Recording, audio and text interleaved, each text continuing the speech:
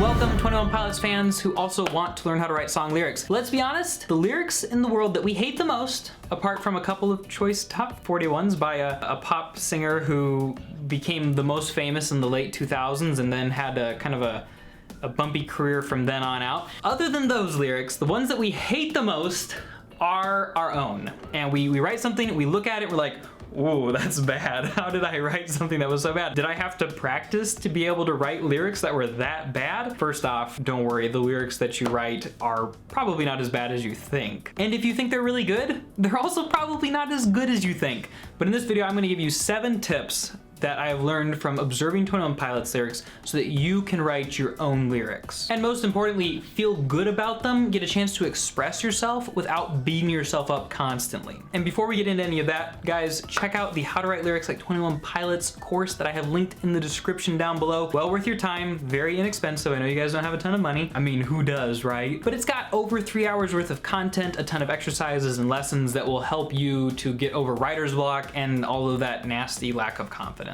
Well, let's jump into tip number 1. Tip number 1 is kind of what I've already been talking about, and it's that you shouldn't spend a lot of time judging yourself. You should just spend more time writing. Look back at self-titled. Guys, we love self-titled, but even if you go back to No Fun Intended, or you know what, you go back to Coconut Sharks in the Water, we gotta admit, Tyler Joseph has gotten a lot better at writing lyrics as time has gone on, and there are songs back in self-titled that have lyrics that just don't really make a ton of sense. Like, when it came to Johnny Boy, nobody even knew what it was talking about. And you know, maybe he wanted to do that on purpose, but it just didn't have that power to connect with its audience that he has done in later songs where it's usually much clearer what he's trying to get across. Or the pantaloon, which sometimes in portions, especially when you use the word pantaloon, tends to come off as a little bit pretentious. And if you go even further back into No Fun Intended, you can definitely understand how that was the first album that he wrote, but then you look at self-titled and you're like, oh wow, his writing got much better. Regional at Best, it got even better.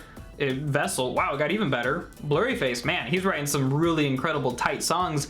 And then Trench as an album was the best put together album of any of them so far. Writing is something that you improve at and you practice at. My encouragement to you would be that for a month, you write 1 song every day. You don't edit, you don't proofread, you don't even have to keep it, you can just delete it. But write 1 song every day, you will get better at the end of 30 days. There was a study done that April was telling me about where they had 2 classes of like pottery students. In one class, they were like, all right, you are gonna be graded on just 1 pot that you make, and you have to work on that pot the whole semester. And they told the other guys, okay, we're just gonna give you a completion grade and you make 1 pot a day for the whole semester.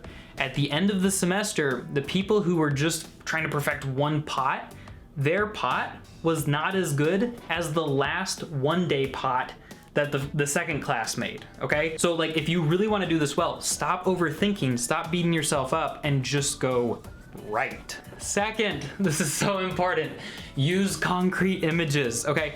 Nobody connects to you if you use the word love, or the word anger, or the word confusion, or depressed, or sad. Those are just words that represent something else. If I told you imagine love, you're probably thinking of a heart. You're thinking of 2 people holding hands and giving them a big smooch to each other. When I say love, you're not sitting there thinking of this like ethereal abstract concept that's floating through the sky. No, you're thinking of something that represents that. And when you're writing lyrics, you've got to do the same thing. You've got to have concrete images that people can imagine in their heads, because humans are naturally concrete thinkers and we tend to go for whatever's easiest. And so we tend to think of just a picture. That's why babies love pictures, right? So if you look at the track list for Trench, we've got Jumpsuit, we've got Blood, we've got Chlorine, we've got Smithereens, Neon Gravestones, Nico and the Niners, which we all know what that looks like because of the music video, Cut My Lip, a Bandito, a Pet Cheetah, and Leave the City. We've got these nouns that actually mean something and that we can imagine in our heads. The whole album is based around images and pictures. And that is why people are able to connect with it more easily, because they understand and connect with those word pictures. Number 3, repetition in a chorus is a really useful tool. Look at morph here. If I keep moving, they won't know, I'll morph to someone else. What they throw at me is too slow, I'll morph to someone else. I'm just a ghost, I'll morph to someone else, a defense mechanism mode. So he's telling a story,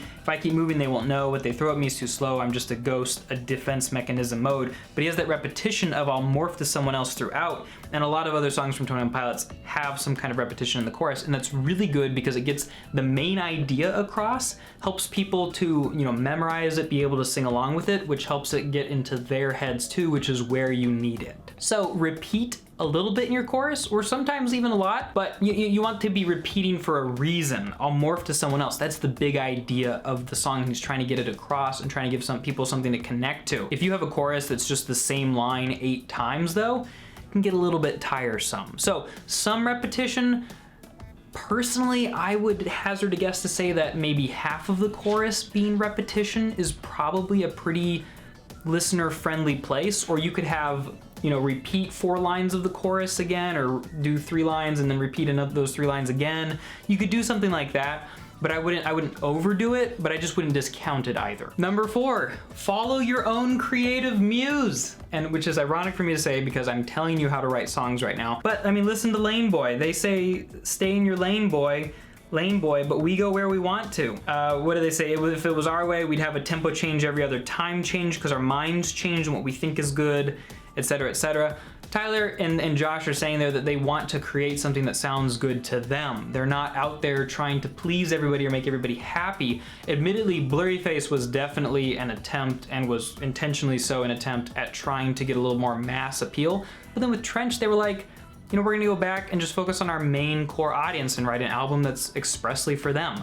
They did what felt good to them and what they wanted to do, and they didn't let what other people were doing influence them too much, which is why I think that if you're writing lyrics, it's a good idea to shut yourself off for a little bit, go into a room with a piece of paper and a guitar and a pencil or something, and just go think it through on your own without letting a lot of other things influence you. Then you can go get some edits and some help afterwards, but the writing process, I think, is probably going to be a little bit more effective if you are focused on you and what you want.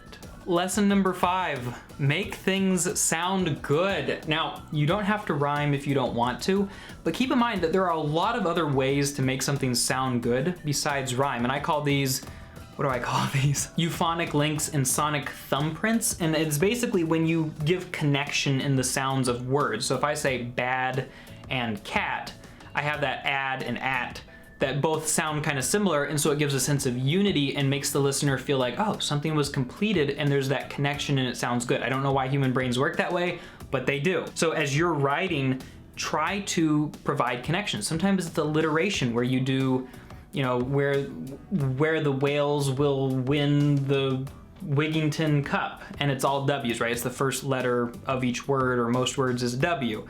You can do rhymes, you can do imperfect rhymes like add and at, because it's a slightly different letter, but it still sounds pretty similar. You can do just similar vowel sounds, which is something that Eminem and Tyler Joseph do a lot, especially if you go look at Taxi Cab. But the example I wanted to show you was from Kitchen Sink, where Zach Joseph, he says, time gains momentum the moment when I'm living in them. I'm winning a momentary sin in a moment passing after. A re-beginning moment's many memories, pretending enemies are frenemies, sending me straight to bending me. There's a lot of and e and o and they're like clumped together. Time gains momentum the moment when I'm living in them.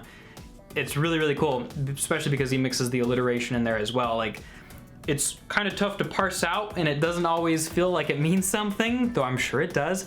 But it sounds really, really cool. The second verse of Morph does a similar thing. And that's actually gonna lead us into point number 6, which I'm gonna kind of go back on what I just said a little bit. And this verse from Zach is good in how it sounds, but you need to make sure that what you're saying sounds like you. And what I mean by that is, like, as you're writing lyrics, you want to make it sound almost like something that you could say to another person. If you say time gains momentum the moment when I'm living in them, what is the M? Like, what is the them that you're living in? Because there's time and there's momentum and there's moment, but what's the them? I don't get it, right? So you have to be especially clear about what you're referring to, and you know, you don't have to give everything away, but if you're gonna disguise things or make meanings secret and cool, then you're going to want to do that more as like a metaphor or a word picture or a symbol, rather than making the language difficult to understand. So after you're done writing and drafting, go through and say, like, is this actually how people talk or how people communicate with each other? Am I trying to just sound artsy and cool? Am I sacrificing clarity for the sake of a rhyme? Remember, clarity always overpowers rhyme. Number 7, if you are stuck for ideas of what to write about, think of the simple little things that happen in your life and ask yourself, what do those mean to me? In car radio, Tyler Joseph is telling us that somebody stole his car radio and now he just sits in silence, right? Well, it could have been the end of the story. He could just be like, my car radio got stolen, now I'm stuck. But he thought about it. He probably went and journaled about it. He pondered it, right? And out of it comes this deeper realization. So what's something that happened to you that either did or didn't have an emotional effect that was a little bit out of the ordinary that you can think about and ask for like the bigger implications? And if you're feeling stuck with that, I highly, highly recommend journaling, okay? So take an idea or a question or a topic or something, write it down at the top of a piece of paper, and then just start talking it through with yourself. Because you're writing, you're gonna go slower, and so your brain's gonna be less likely to get lost or to get distracted, and you're gonna be able to actually process that thing and think it through. So many times I've had a difficult decision to make, or I was confused by something, I journaled about it, and I was able to figure it out because I took the time to slow down and to actually have my thoughts there instead of them just going through my head and then I forget them immediately and I don't get anything out of it. Do that and you'll gain a lot of confidence as a songwriter, and honestly as a person and a person who thinks thoughts. And that's actually where we're gonna end, guys. Don't forget to check out the How to Write Lyrics Like 21 Pilots course, linked down below. I think that you'll really like what you see there. It's a cool way to support this channel and to take your lyric writing to the next step by learning from one of your favorite bands. So thanks for watching. Check out this video. Talk to you later.